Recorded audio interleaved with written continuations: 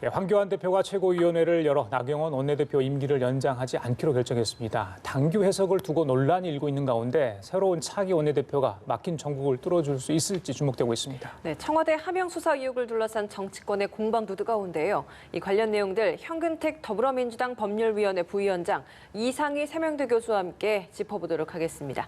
어서 오세요. 안녕하십니까? 안녕하세요. 어서 오십시오. 예. 글쎄요. 연말 정기국회 와중에 여러 가지 현안들 많은데요. 한국당에서 나경원 원내대표 협상의 어떤 대표 얼굴인데 네. 갑자기 막 바꾼다 이런 결정이 어제 최고위원회에서 결정이 됐습니다. 네네. 재신임에서 좀 총선까지 갈 것 같았는데 갑자기 교체를 했어요. 왜 그랬다고 보십니까?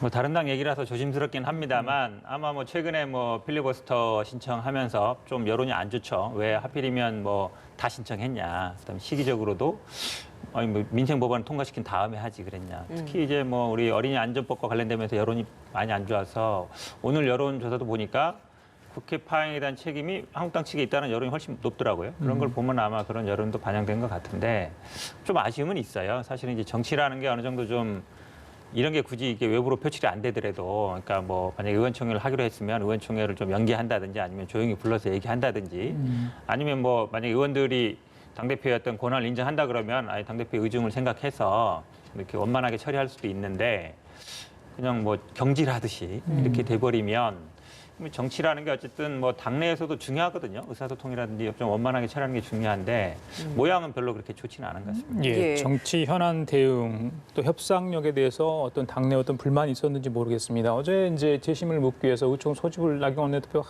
한다고 하지 않았습니까? 네. 그런데 갑자기 최고위원 열어서 이게 바뀌었어요. 상황이. 예. 그런 것들 자체가 그러니까 황 대표가 어떤 그런 부분에 대해서 좀 불편한 심기를 느꼈을까요? 아니면 이전부터 생각을 좀 해왔을까요?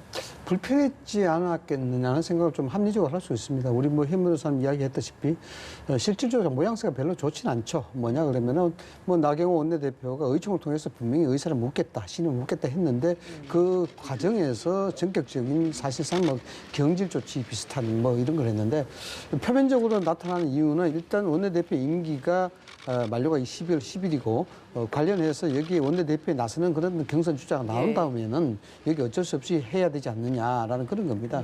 그래서 최고위원회에 자문을 받은 거죠. 최고위원회에서 결정한 것이 아니고 최고위원회는 원내대표에 대한 뭐 결정 기구는 아니니까 자문을 받아서 이제 그렇게 전격적으로 결정한 것인데 예. 뭐 JP가 이야기했다시피 2인자는 1인자의 그림자도 밟아서는 안 된다. 이런 것들이 좀 현실적인 이유가 될 수 있을는지는 모르겠습니다만 어쨌든 필리버스터라든가 최근에 이뤄진 여러 전국적 상황에 있어서 대표보다는 오히려 나경원 원내대표의 이미지가 더욱더 부각되는 그런 점들, 이런 점들도 좀 사력 있게 나경원 대표가 좀 봐줘야 되는 부분인데 그런 점에서도 좀 문제가 있었던 것 같고요. 예. 더군다나 중요한 정책적 결정 과정 그리고 당내 쇄신의 과정에 있는 중차대한 기로다 본다 그러면은 지도부의 전격적인 교체 자체는 황교안 대표의 이러한 의지를 확실하게 각인시키는 중요한 잣대로 활용할 수 있기 때문에 그런 결정을 하지 않았느냐 이렇게 봅니다. 예, 의원들의 신임 여부를 물어보겠다라고 해서 의원총회를 예정을 했던 그날이 바로 오늘이고 지금 이 시각 네. 화면에 보이는 것처럼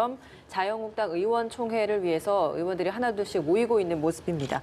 아직까지 나경원 원내대표가 공식적으로 이 황교안 대표와 최고위의 이런 결정에 대해서 입장을 밝히지 않았기 때문에 오늘 혹시 뭐 어떤 언급을 좀 있을 거라고 제가 예상하십니까?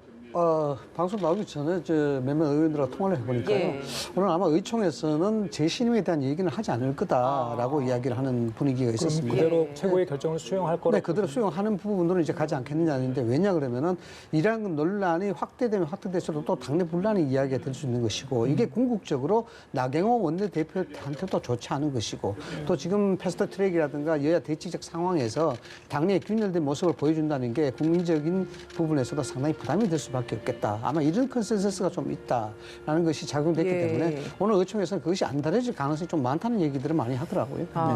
그 당규 해석 논란이 있잖아요. 네네. 나경원 원내대표는 뭐 총선을 6개월 남겨뒀기 그렇죠. 때문에 총선 전까지는 할 수 있다, 계속 유지를 할 수 있다, 원내대표 임기를 이렇게 주장을 했는데 저기 최고위원회에서 좀 앞부분에 좀 초점을 맞춘 것 같아요. 임기 정해진 거에 대해서 거기서 멈춰야 된다. 여기까지만 해석을 하고 그 뒷부분 해석이 안 됐던 그런 느낌인데 어떻게 보세요? 제가 보기에는 상식적으로 판단하면 돼요. 그러니까 임기 연장할 수 있다는 거는 어쨌든 국회의원 임기가 6개월 남았을 때는 재신임하면 연장할 수 있다는 거기 때문에 재신임 할지 말지에 대한 권한은 이제 의원총회에 있는 것이죠. 근데 지금 최고위원회 측에서는 두 가지 의견이 아까 말씀처럼 이제 뭐 경선 출마하는 분들이 있다. 이거는 뭐 항상 있는 거기 때문에 그게 근거될 수는 없죠. 근데 가장 중요한 게 이제 3일 전에 공고할 수 있다라는, 그러니까 당대표가 공고할 수 있다는 규정을 들고 있는데 이거는 만약에 재신임이 안 될 경우라든지 안 되면 3일 전에 공고한다는 어떤 절차 규정이거든요. 그러니까 권한을 줄 거냐 말 거냐 이런 거에 대한, 그러니까 재신임 할 거냐 말 거냐 임기를 연장할 거냐 말 거냐에 대한 권한은 아닌 것 같아요. 예. 근데 공고 권한을 가지고 이거를 최고위에서 결정할 수 있다. 조금 제가 보기엔 어폐가 있는 것 같아요. 자, 나경원 원내대표가 얘기를 하고 있습니다. 들어보시겠습니다. 사랑하는 자유한국당 의원 여러분, 지난 1년 자유한국당 원내대표로서 보낸 시간은 뜨거운 열정과 끈끈한 동지애로 가득한 1년이었습니다. 눈물과 감동의 시간이었습니다.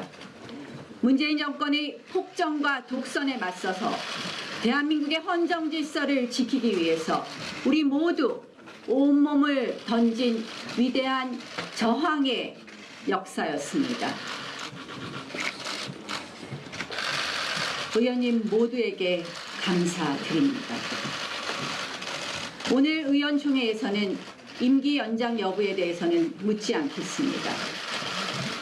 권한과 절차를 둘러싼 여러 가지 의견이 있습니다만 오직 국민의 행복과 대한민국의 발전 그리고 당의 승리를 위해서 내린 결정입니다.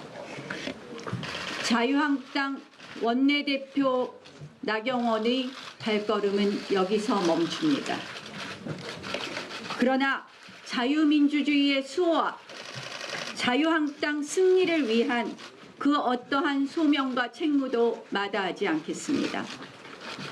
부족한 저에게 기회를 주시고 또 믿어주신 국민 여러분과 의원님들 그리고 당직자와 보좌진 여러분들께 진심으로 감사드립니다.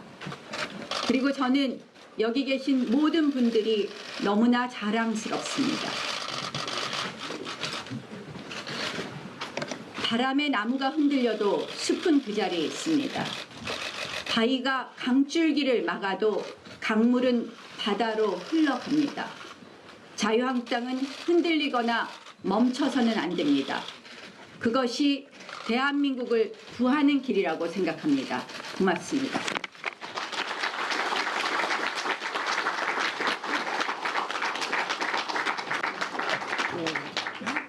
다음은 정용기 정책위원장님의 말씀드립니다.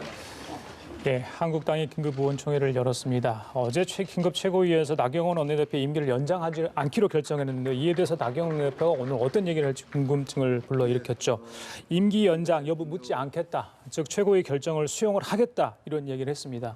아까 우리 이 교수님 말씀처럼 그대로 네. 받아들이겠다 이런 뜻입니다. 왜 나경원 원내대표가 반발하지 않고 그대로 받아들인다고 이걸 생각하십니까? 만약에 뭐 의원총회에서 재심을 다시 묻겠다 그러면 어쨌든 뭐 원내 두톱 사이에, 아까 당 두톱 사이에 갈등 모양이 펼칠 수도 있고요. 지금 그렇지 않아도 황교안 대표가 지금 당 쇄신을 하면서 이게 다음 이제 뭐 아마 다음 스텝은 아마 공천 룰을 만들고 뭐 인적 쇄신 그걸로 갈 거예요. 근데 여기서 만약에 내가 원내대표를 계속 하겠다는 뜻으로 가면 약간 뭐 황교안 대표에 맞서는 모양 될 수가 있어서 일단은 뭐 받아들일 수밖에 없는 상황이 아닌가라고 보고 있습니다. 예, 교수님께서는 네. 이 원내대표의 마지막 이 발언, 의총 발언 어떻게 좀 들으셨습니까? 사족 없이 아주 깔끔하게 그리고 뭐 상당히 잘하는 결정이다 저는 그렇게 봅니다. 뭐 정치인이라는 것이 사실상 뒤돌아서는 모습이 참 아름다워야 된다. 그래 잘 돌아왔을 때 그러거든요. 이 상황에서 당내 갈등을 유발시키고 본인의 어떤 거치에 대해서 여러 가지 사족을 당기게 된다 그러면 결국 본인의 정치 행보에서도 상당히 좋지 않습니다. 저렇게 이제 깔끔하게 본인이 받아들이는 자세를 보이면 결국 나경원 원내대표에 대한 그간의 행적들 이런 부분들에 대해서 다시 재조명될 수가 있겠고 예. 여기에 대해서 본인이 그 몸을 던진 어떤 헌신적인 그런 부분들이 좀 긍정적인 평가를 받을 수가 있는 거겠죠. 그렇게 되면은 어떤 상황에 정치 상황에서도 나경원 대표의 재평가가 다시 또 나올 수 있는 그런 부분이 될 수 있는 것이죠. 잘한 결정이라고 봅니다. 그간의 행적 말씀하셨는데 패스트트랙 전국 과정 쭉 지켜봤잖아요. 1년 동안. 그리고 조국 전 법무부 장관의 사퇴까지 이런 부분들. 글쎄 뭐 원내대표로서 공과가 있었을 것 같아요. 쭉 둘러보시기에 어떻게 좀 보셨어요? 일단 뭐 좀 아쉬웠던 점이라 그러면 황교안 대표와의 긴밀한 소통적 채널이 어느 정도 작동이 됐느냐 이런 부분이거든요. 이렇게 보면은 그렇게 원만하게 작동이 됐다라는 그런 느낌은 사실 들지 않습니다. 그것이 투톱 체제로 확실하게 좀 서로 보완하는 그런 역할이 돼야 되는데 그런 점에서 좀 아쉽다는 부분이 있고요. 그 다음에 좀 긍정적으로 평가해야 될 부분은 이렇습니다. 여당과 야당의 위치는 판이하게 다릅니다. 사실 여당은 가질 수 있는 것들이 많고 야당은 여기에 대해서 대응하는 대응 자체가 수단이 별로 없습니다. 그런 입장에서 야당의 원내대표를 하는 것은 굉장히 곤혹스럽고 참 고독한 일이죠. 그런 가운데서도 실제 여성의 몸으로 이 상당히 좀 첨예하게 대립하고 있는 전국 상황에 어떤 야당으로서 결기를 보인다는 게 많이 힘들었을 거라는 생각을 합니다. 그래서 뭐 공과를 어떻게 평가한다는 게 그렇습니다만은 뭐 나름대로의 나경원 원내대표는 가진 위치에서 최선을 다하는 어떤 선택들을 많이 했다 그렇게 봅니다. 예. 저는 뭐 아쉬움이 좀 많습니다. 사실은 이제 한국당 의원들은 작년 12월에 왜 이렇게 합의해줬느냐, 패스트트랙. 그게 어쨌든 원죄가 돼서 뭐 그다음에 패스트트랙도 벌어졌고 그다음에 이제 수사 이어졌다고 보는데 아마 그때는 분명히 나경원 전 대표가 됐죠.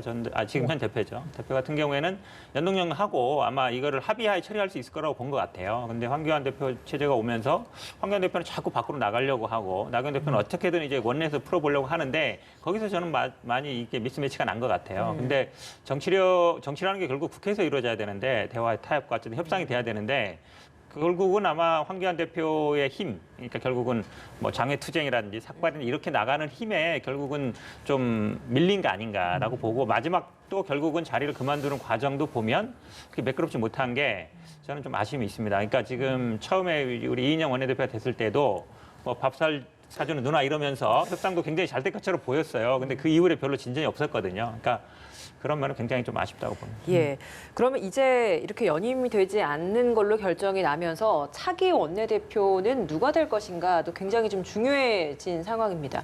현재까지는 뭐 비박 3선 강석호 의원이 출사표를 던졌고요. 그리고 오늘 유기준 의원도 출마 선언을 한다라고 합니다. 심재철 의원도 많이 거론이 되고 있는 상황인데 그동안 최근에 사실 단식 복귀한 후에 황교안 대표가 당직 인선에 있어서 친환계 인물들을 굉장히 좀 많이 배치시키지 않았습니까? 네. 물론 의원들의 투표로 결정이 되는 자리이긴 합니다만 이번에도 친환계 인물이 앞에 설 가능성이 좀 있다고 보십니까? 그런 비판 여론을 의식하지 않을 수가 없을 것 같아요. 그래서 원내대표 선거 출마에 대한 투표 결정 자체가 좀 신중하게 아마 이루어질 거다 이런 생각이 들고 그런 표면적 이유를 통해서 분석을 해본다 그러면은 역시 친환계 색깔, 친박계 색깔 그런 개파적 색깔이 엷은 사람이 유리하지 않겠느냐 이런 식으로 이제 분석이 좀 충분히 가능하다 이렇게 봅니다. 그런데 좀 더 정치적으로 보자 그러면 이렇습니다.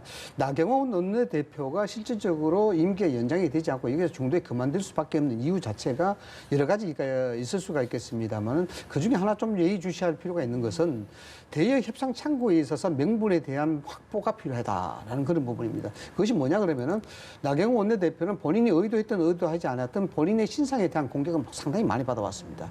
그리고 지도부 체제에서 그러니까 이인영 원내대표와 협상 파트너로서의 사실상 실효적 가치가 많이 소멸됐다 이렇게 봐야 되겠죠. 뭔가 퇴로를 이야기한다 그러면은 지도부 체제를 바꿔주는 것이 퇴로가 될 수 있다는 것이죠. 이런 점들도 나경원 원내대표가 실질적으로 대여에 나서지 못하는 그런 이유가 상당히 임기 연장하지 못하는 그 이유 중에 하나로 이렇게 꼽을 수가 있습니다. 그런 측면에서 연계해서 본다 그러면은 지금 패스트트랙으로 인해서 첨예한 대립하고 있는 상황에서 어쩌면은 의원들이 패스트트랙을 탈출할 수 있는 퇴로를 열 수 있는 협상력을 갖춘 그러니까 협상론자가 원내대표 될 가능성이 굉장히 많다라고 볼 수가 있겠죠. 지금 유기준 의원이라든가 강석호 의원이 후보로 거론됩니다만은 이미 강석호 의원은 패스트트랙과 관련해서 협상이 필요하다라는 입장을 강하게 지금 피력하고 있는 입장이거든요. 여기에 대해서 필리버스터에 대한 부정론도 좀 이야기하고 있고 그런 측면이 의원들한테 퇴로적 측면에서 공감대가 인식이 된다 그러면은 아마 그쪽을 선택하지 않겠느냐는 것이 분석입니다. 임기가 10일까지인데요. 네. 그 원내대표 새로 선출되기 직전까지는 나 원내대표가 계속 임무를 계속 수행하게 하죠. 되잖아요. 네. 그러면 협상 테이블에 일단 나 원내대표가 나오게 되는 거잖아요. 그렇죠? 그렇죠. 나오는데 사실상 어찌 보면 이제 권한이 없는 이제 나는 이제 그만두는데 내가 내가 무슨 협상을 하겠냐 이런 얘기가 돼서 지금 말씀처럼 근데 저는 아마 좀 계기가 되긴 될 것 같아요. 지금 꽉 막히면 물론 이제 10일까지 정기국회인데 정기국회 안에는 안 되지만 그래도 이제 그 다음에 임시국회에 있어서 저는 아마 그런 면에서 보면은 좀 협상 여지는 협상파한테 힘이 실릴 여지는 있다. 근데 한 가지 조금 우려되는 부분은 황교안 대표가 단식을 그만둔 다음에 사실은 뭐 당으로 복귀해야 되는데 지금 청와대 앞에 계속 어찌 보면 이제 천막 당사처럼 농성을 하고 계시거든요. 예. 이거는 어째 보여주는 거는 나는 협상 안 하겠다라는 거거든요. 단식 농성 시즌 2랑 비슷한 건데 황교안 대표를 그래도 좀 견인해서 협상을 해야 된다. 이런 부분에서 조금 설득하고 일단은 제가 보기엔 황교안 대표가 그 청와대 앞에서 계속 이 최고위를 주재하고 이런 모습은 제가 보기엔 정상적인 모습은 아니에요. 일단 그래 국회에 돌아올 수 있게끔 하고 그 다음에 이제 좀 여당과의 어떤 협상을 풀어갈 수 있는 그런 좀 정치력을 발휘할 수 있는 그런 부분이 제가 보기에 원내대표가 되는 게 이 막힌 정국을 풀어갈 수 있는 아마 좋은 계기가 될 수도 있을 것 같습니다. 그러니까 우리가 흔히 정치는 명분이라고 이야기를 많이 하지 않습니까? 명분이 갖춰졌을 때 사실상 뭐 전진도 할 수 있고 후퇴도 할 수 있는 그런 부분인데 지금 전국 자체가 대치적 상황이라는 것은 서로 명분을 찾지 못하게 있기 때문입니다. 그래서 좀 최근에 들어와서 좀 긍정적으로 평가되는 부분들은 패스트트랙 선거법 관련해서 어제부터 언론에 이야기 나온 것이 250대 50의 구조 뭐 이런 얘기가 나오고 있거든요. 이런 것들이 여야 사당이 합의가 된 안은 아니지만은 이런 얘기가 나오는 입장 그리고 또 하나는 나경원 원내대표의 교체 이런 부분들이 좀 긍정적인 시그널로 가져갈 수 있는 부분이 있다. 뭐 지금 현재 황교안 대표가 좀 원천적인 무효를 주장하고 있습니다만은 실질적으로 그런 것들은 정치의 완전한 승리는 없거든요. 그래서 한국당이 어느 정도 받을 수 있는 안이 제출이 되고 또 그것이 받아들일 그런 분위기가 형성, 즉 지도부가 그렇게 받아들일 가능성이 있다 그러면은 충분히 협의할 수 있는 부분이 있는 거죠. 예, 부수적인 부분입니다만 문득 좀 궁금증이 들어서 나경원 원내대표가 사실 그 패스트트랙과 관련해서 그 국회 선진화법 위반으로 의원들 수사 대상에 올라와 있을 때 나 원내대표로서 본인이 다 책임을 지겠다라고 이야기를 하지 않았습니까? 근데 아직까지 뭐 기소 결정이 나지 않은 이 상황인데 원내대표직에서 곧 내려오게 된단 말이죠.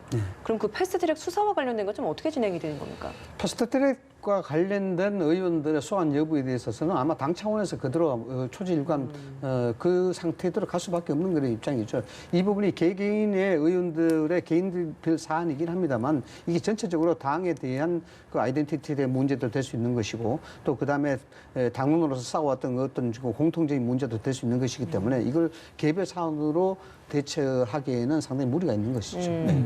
협상의 대표 선수가 바뀐다. 이 문제는 굉장히 지금 전국 상황에서 중요하죠. 바른미래당 얘기 잠깐 하고 가겠습니다. 이거 당 원권 1년 정지, 그렇죠?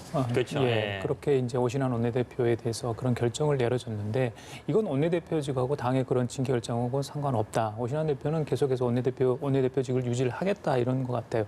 하지만 또 비당권파는 또 그런 얘기는 아닌 것 같고요.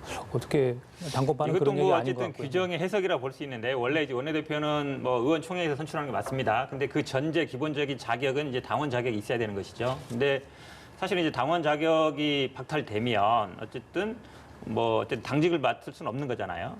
그게 제가 보기에 규정 해석상 맞는 것 같은데 그렇다고 해서 강제로 이 원내대표를 내쫓을 수 있느냐 그건 또 아니거든요. 그래서 이제 직인 얘기가 나오는 건데 한마디로 얘기하면 도장 갖고 있는 사람이 권한을 행사하는 것이다 이 얘기인데 굉장히 제가 보기에는 이제 우스운 상황이죠. 우스운 상황인데 저는 근데 이런 생각은 해요. 그러니까 이분들이 어쨌든 창당을 하겠다고 하고 있잖아요. 그러면 사실은 빨리 나가주는 게 정치적인 도의상 맞지 않는가 싶어요. 그러니까 그 당에 남아서 계속 안 된다. 물론 이제 그 당부 예를 들어 이거 옳으냐 그르냐는 말은 있겠지만 이미 이제 창당을 결심했었으면 빨리빨리 정리해주는 게 서로 갈 길을 가는 게 좋지 않은가 봅니다. 지금처럼 예를 들어서 당원 자격이 없는데 또 원내대표는 그냥 자격이 있다라고 하고 있는 상황이 예. 제가 보기엔 좀 보기에 적절하지는 않은 것 같습니다. 당의 원내대표직은 사실상 이중적 의미가 있죠. 이중적 의미라는 것은 다른 게 아니고 당의 원내대표라는 그런 직, 그다음에 국회 당대표로서의 원내대표 교섭단체의 대표직 이 두 부분이 있는데 실제적으로 손학규 대표가 이제 공문을 발송했지 않습니까? 의장한테. 의장한테 그게 일반적인 원내대표에 대한 해임 이걸 하는 통용되는 그런 공용 문서가 아니다. 그게 직인이 없다. 이런 그 상황인데 원칙적으로 하자 그러면은 손학규 대표 원내대표가 의원총회를 열어서 여기에 대해서 오신환 원내대표에 대한 불신임을 물어야 되겠죠. 불신임을 묻고 여기에 대해서 이제 의장한테 그에 대한 공문을 보내야 되는데 그 자체가 안 되는 것 아니겠습니까? 그 자체가 왜 안 되냐면은 과반수가 안 되니까 의총을 못 여는 겁니다. 그러니까 손학규 대표에 있어서도 이 부분은 변칙적 스타일로 처리하는 것이고요. 여기에 대해서 직인 자체가 오신환 대표가 갖고 있는 직인이고 이 부분에 대해서는 뭐 오신환 대표의 어떤 거취는 본인의 의사에 달리는 거기 때문에 이 부분에 대해서는 뭐 직인을 본인이 직접 찍지 않는 한 또 뭐 정상적인 절차에 대해서 해임이 되지 않는 한 뭐 직인 자체는 그대로 뭐 가질 수밖에 없는 입장입니다. 하나만 짧게 여쭤볼고 네. 지금 관련된 의혹들 너무 많기 때문에 네. 그 부분은 좀 저희들이 꼭 반드시 짚어야 되기 때문에 바로 다른 순서로 이어가도록 하겠습니다. 민주당이 이제 한국당이 저런 상황이었기 때문에 한국당을 제외하고 4+1 협의체를 구성을 해서 네. 예산안이랄지 예산 부수 법안이랄지 또 패스트트랙 관련 법안들을 차례로 상정을 하겠다 이렇게 지금 네. 계획을 갖고 있는 걸 알고 있습니다. 네. 그걸 계속해서 추진을 지금 들어가는 건지 바로 어떻습니까 지금? 일단 협상은 협상대로 해야 되겠죠. 한국당 뭐 대표는 바뀌겠지만 앞에 말씀처럼 이제 정기국회까지는 아마 뭐 새 원내대표가 선출되더라도 협상이 안 될 테니까 말씀처럼 일단 예산안은 필리버스터 다 하니까 먼저 하고요. 그 다음에 이제 선거법과 뭐 민생법안 그 다음에 뭐 다른 것들을 어떻게 공수처 검찰 개혁을 어느 걸 먼저 할 거냐 예. 굉장히 중요한 부분이에요. 근데 그러니까요. 저는 아마 뭐 선거법 먼저 하는 방식으로 가는 거는 아마 선거법이 가장 중요하거든요. 가장 첨예하게 대립하고 선거법을 상정하면 당연히 필리버스터 들어올 것이고 근데 선거법이 만약에 통과되면 그 이후에 뭐 검찰 개혁이라든지 민생 법안들은 사실은 선거법만큼 치열하게 다투지는 않을 것이다. 이런 생각을 하는 것 같습니다. 근데 뭐 어쨌든 그러면 이번 정기국회 내에 선거법 정도는 상정을 하고 다음 필리버스터 들어오더라도 다음 임시국회에서는 뭐 이렇게 표결을 하지 않겠냐. 근데 지금 아까 이 교수님 말씀처럼 저는 뭐 250대 50 정도는 어느 정도 이제 공감대가 형성되는 것 같고 그러면 이제 결국은 그 연동열 비율을 몇 프로 할 거냐. 현재는 50% 돼 있습니다만 뭐 40%도 얘기 나오는 거 보면 결국 뭐 40에서 50 사이 정도에서 된다 그러면 지금 뭐 소수 야 3당이든 아니면 한국당도 받을 수 있는 아닌가라고 봐서 결국은 막판에는 결국은 합의하에 대타협이 이루어지지 않겠냐라고 기대하고 있습니다. 예, 알겠습니다. 이번에는 청와대 하명 수사 관련된 이야기를 좀 해보도록 하겠습니다. 어제 보수 야당이 한국당과 바른미래당이 예고한 대로 국정조사 요구서를 제출을 했습니다. 뭐 사실 국정조사 요구서를 제출을 하고 나도 과반 이상의 국회의원들의 찬성이 좀 필요하기 때문에 이게 실질적인 실현 가능성은 굉장히 낮다라고 보고 있는데 그럼에도 불구하고 국정 요구서를 제출한 이유는 어디에 있다고 보십니까? 야당의 입장으로서는 국정조사 요구서를 뭐 할 수밖에 없는 입장이 되겠죠.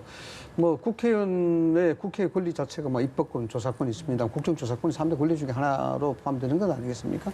이런 부분들을 국정조사권을 발동해서 조사하지 않게 되면은 여기에 대한 사건 수사에 대한 중립성 이 부분이 상당히 문제가 될 수 있는 것이고 또한 입법기관으로서 정부를 견제 감시해야 되는 그런 입장에서 본다 하더라도 이 자체는 그냥 단순히 검찰 수사로서 밝혀질 것보다도 명명백백하게 국회 차원에서 이 부분을 밝힐 필요가 있다라는 건 당위성이 분명히 제기되는 것이죠. 예, 근데 지금 시기로 봐서는 사실 검찰의 수사가 진행 중인 상황이기 때문에 국정조사를 시작을 한다고 만약에 하더라도 과연 유의미한 답을 받아낼 수 있을 것인가 여기에 대한 의문도 있지 않습니까? 국정조사에 대한 부분은 사건에 대한 실체적 진실 규명을 위한 것도 있지만 이게 대해서 이 실체에 대해서 국민에게 알리고자 하는 부분도 충분히 포함이 되어 있습니다.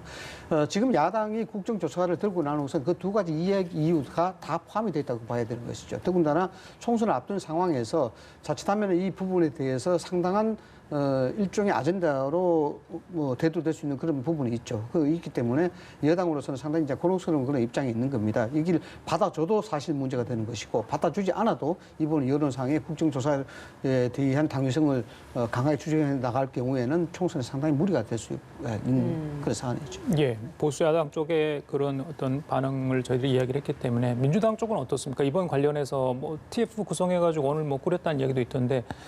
특별감찰 얘기 뭐 이런 이야기도 있습니다. 그건 왜 나온 겁니까?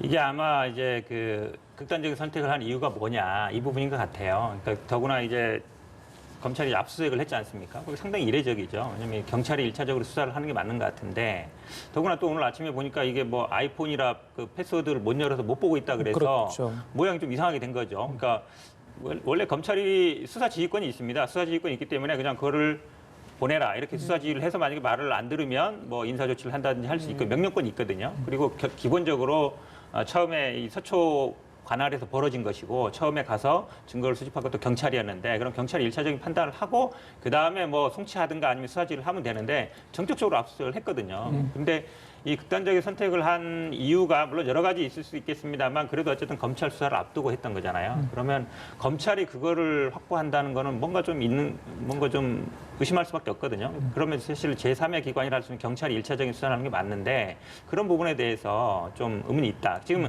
검찰에서는 이게 하명 수사에 대한 뭐 증거다 이렇게 말씀하시는데 제가 보기에는 조금 아닌 것 같아요. 왜 그러냐면 이분은 그때 실무자였거든요. 위에 행정관도 있고 선임 행정관, 비서관, 뭐 민정수석이 있는 상태에서 이분은 어찌 보면 현장에 가긴 했지만 이분이 어떤 법적인 책임질 만한 상황은 아니었단 말이죠. 그러면 왜 극단적인 선택을 할 수밖에 없었는가의 부분에 대해서는 검찰 수사를 앞두고 선택했다는 면에서 검찰이 수사하는 건 좀 적절하지 않다. 근데 압수수색까지 가서 그걸 갖고 갔다.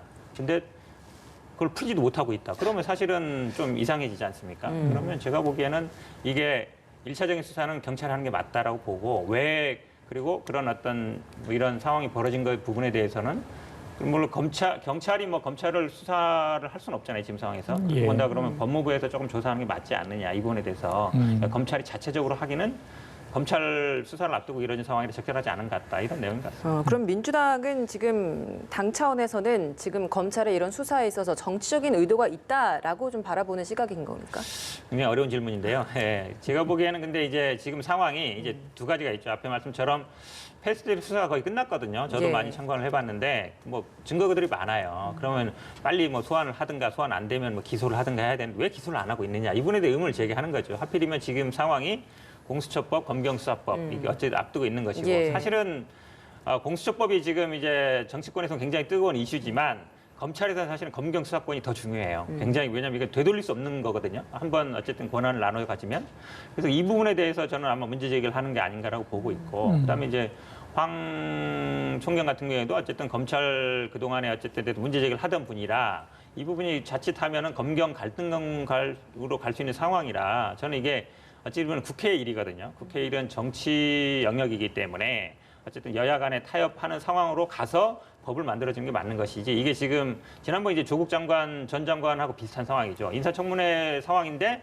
갑자기 검찰이 수사 들어오면서 인사청문회가 제대로 안 되는 상황인데 지금도 비슷하게 가고 있는 것 같아요. 이게 검경 수사권에 대한 라든지 아니면 공수처법이 이제 입법해서 여야 간에 타협을 하는 상황인데 이게 이제 검찰이 개입하는 상황이거든요. 이렇게 되면 사실은 검찰이 정치에 너무 깊숙이 개입하는 게 아닌가. 그러니까 예. 저는 만약에 이 공수처법이라든지 검경수사법 같은 경우에는 일단 국회에서 어느 정도 끝나고 그다음에 이 수사 같은 거를 할 필요하면 해야 되는 것이지 이 계속 국회 일에 검찰이 계속 개입하는 거는 좀 저는 적절치 않다라고 봅니다. 예, 사망한 수사관의 휴대전화 포렌식 작업을 진행 중인데 쉽게 열리지 않는가 봅니다. 이 판도라 상자를 과연 열 수 있을지 연다면 과연 또 뭐가 나올지 이 대목에서 왜 이렇게 중요한가 여당과 청와대가 관련해서 직접적으로 언급을 할 정도로 뭐 충분가 있기 때문에 그러지 않느냐. 저희들이 이제 의혹의 시선을 많은 분들이 보내고 있는 것 같아요. 우리 이효승 교수는 어떻게 보십니까? 최근에 일련의 상황을 보면 참 이해하지 못하는 구석이 상 많습니다. 검찰이 어떻게 해서 정치적인 의도를 갖고 수사를 하는지 이런 뭐 의혹을 많이 제기하는데 글쎄요, 그게 어떻게 정치적으로 봐야 될 것인지에서 저도 사실 의혹이 있는 겁니다. 이게 일종의 정의적 차원이고 불법이냐 합법이냐 거기에 대해 의혹이 있는데 그게 수사를 해야 되냐 말아야 되냐 이런 부분인데 이게 이상하게 어떤 부분인데 정치권으로 흘러들어가게 되면 이게 본질이 왜곡이 되거든요. 이런 상황에서 참 이게 많이 왜곡이 되고 있구나라는 사실을 오히려 의심을 좀 할 수밖에 없는 부분인데 일단 뭐 압수수색에 대한 부분은 그렇습니다. 검찰 수사라는 것이 철저하게 사실상 완전체로 빈틈없이 해야 되는 게 사실 아니겠습니까? 그래서 이런 부분들이 잘못 뭐 청와대도 여기 개입됐다 그러고 또 뭐 정치인들도 또 여기에 개입됐다 그러는데 여기에 수사에 빈틈이 있었다 그러면 문제가 될 수밖에 없겠죠. 방금 지적하시다시피 경찰에 대한 수사 지휘권은 검찰이 갖고 있습니다. 그래서 사실상 지금 검경수사권 조정 안 된 상태에서는 검찰이 그냥 송치 명령하면 되는 거예요. 경찰 보고. 그런데 왜 압수수색에 들어갔겠느냐. 이 부분에 대해서는 법률적인 문제가 아니고 정서적인 문제가 들어가 있는 거예요. 정치적 문제. 자칫하게 되면 이 부분에 대해서 왜곡될 수 있으니까 압수수색 영장에도 발부를 해서 이 부분을 확실하게 확보를 해야 되겠다는 검찰의 의지가 있는 거예요. 이걸 정치적 의도라고 이야기한다는 게 저는 좀 이해가 되지 않는 그런 부분이 있는 것이고요. 예. 그다음 법무부 감찰도 그렇습니다. 법무부 감찰 규정이 최근에 바뀌었지 않습니까? 그것이 조국 장관의 35일 재직 기간 동안 만든 것 아니겠습니까? 여기에 대해서 이제 청와대도 그런 얘기도 뭐 피의사실 공표에 대해서도 뭐 상당히 완강한 입장을 지금 보이고 있는 입장인데 법무부 감찰이 필요하면 해야 되겠죠. 대금을 거치지 않고 바로 직접 감찰을 할 수 있는 부분이 돼 있으니까 여기 이제 그런 조항이 수사시 인권에 대한 부분이 문제가 생겼을 때 감찰 조사를 하게 돼 있는 것 아니겠습니까? 지금 정치권이 그 이야기를 먼저 지금 서두르고 있습니다. 이게 잘못 오용이 됐다고 생각을 해보십시오. 정상적인 수사가 진행하고 있는 상황에서 그러한 어떤 수사 인권에 대한 문제가 있다고 감찰을 했다. 그럼 검찰 수사는 차질을 빚을 수밖에 없겠습니다. 또 하나 지금 수사에 대한 인권에 대한 문제, 글쎄 뭐 들어갈지 안 들어갈지는 두고 봐야 되겠습니다만은 지금 법무부 수사관이 극단적 선택을 했는데 어떤 인권에 대한 침해가 있었는지 이 부분도 명확치가 않아요. 사실상 소관에서 조사도 안 했는데 조사하기 전에 극단적 선택을 했단 말이죠. 그럼 그것을 어떤 인권에 대한 범위로 봐야 될 건지 또 별건 수사인데 별건 수사에 대해 검찰 쪽에서 아무런 얘기도 없는 상황이고 그야말로 지금 깜깜이 수사 아닙니까? 깜깜이 수사를 뭐 검찰에서 의도한 게 아니죠. 피의사실 공표하지 마라 그러죠. 여기에 대해서 수사 진행상 이야기하지 마라 그러죠. 지금까지 그래 해왔지 않습니까? 그런데 지금 이걸 그냥 갑자기 정치권에 옮아가더니 이걸 정치적 수사다. 정치 의도를 갖고 있고 이거 검경 수사 갈등에 대한 부분의 한 부분이냐. 이렇게 이야기해버리면은 검찰 보고 수사하지 말라는 거죠.